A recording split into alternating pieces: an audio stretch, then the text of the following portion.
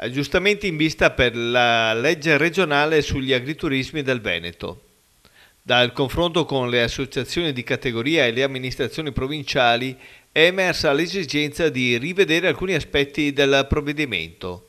Fra questi la necessità di normare in materia più semplice le attività di turismo rurale e fattoria didattica, che sono una cosa diversa rispetto all'agriturismo.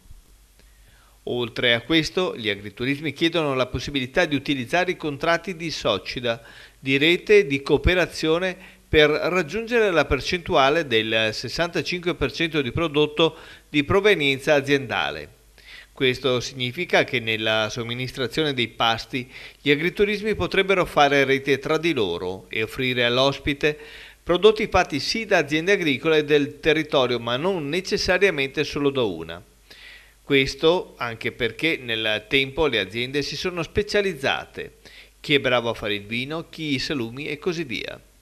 Fra le richieste c'è anche quella di rivedere le regole dell'ospitalità. In sede di controllo si chiede che venga tenuto conto delle persone effettivamente presenti e non dei posti letto.